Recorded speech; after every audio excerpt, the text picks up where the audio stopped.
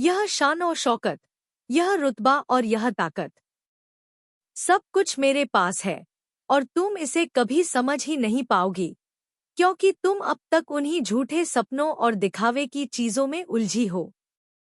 इसी अहंकार के बीच गूंजती है एक जोरदार थप्पड़ की आवाज। हनुमंत का गुस्सा बरसता है देव पर और वसुधा को खींचकर दूर ले जाता है उससे।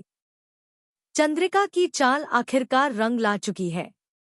नया प्रोमो आ चुका है और कहानी लेने वाली है बड़ा मोड़। देव और वसुधा का गृह प्रवेश होता है धूमधाम से, देव के पापा के हाथों स्वागत के साथ। पर खुशी के इस माहौल में छुपा है एक जहर। हनुमंत जब शगुन का सामान लेकर देवी हुकुम चंद्रिका के पास पहुंचता है तो वह दिखाती है एक अजनबी लड़के की तस्वीर। यही है वसुधा का असली वर। यह देखकर हनुमंत के पैरों तले जमीन खिसक जाती है।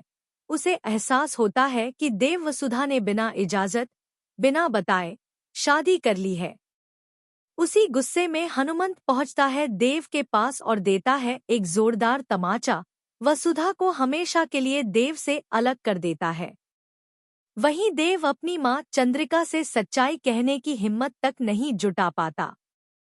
और जब तक सच सामने नहीं आता, चंद्रिका अपनी चालें चलती रहेगी, अपने बेटे के लिए परफेक्ट बहू ढूंढते हुए।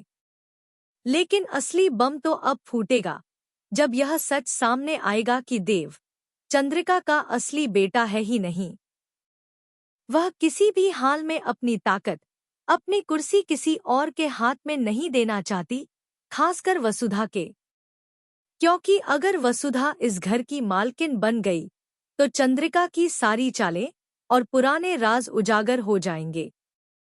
अब जबकि हनुमंत ने देव वसुधा को अलग कर दिया है, चंद्रिका विधि और करणवीर को ला रही है अपने नए प्लान में, देव की जबरदस्ती शादी करवाने के लिए। वो ऐसी लड़की चाहती है जो दिखावे में परफेक्ट हो, लेकिन उसकी पावर पर कभी दावा न करे। दूसरी तरफ वसुधा को अब मिलने वाला है चंद्रिका के उस काले राज का पता, जिसे सुनकर उसकी जिंदगी पलट जाएगी। और फिर होने वाला है वसुधा और चंद्रिका का आमना सामना। क्या चंद्रिका वसुधा की जिंदगी बर्बाद करने के लिए कोई नई चाल चलेगी, या वसुधा उठेगी अपने प्यार देव और अपनी इज्जत के लिए?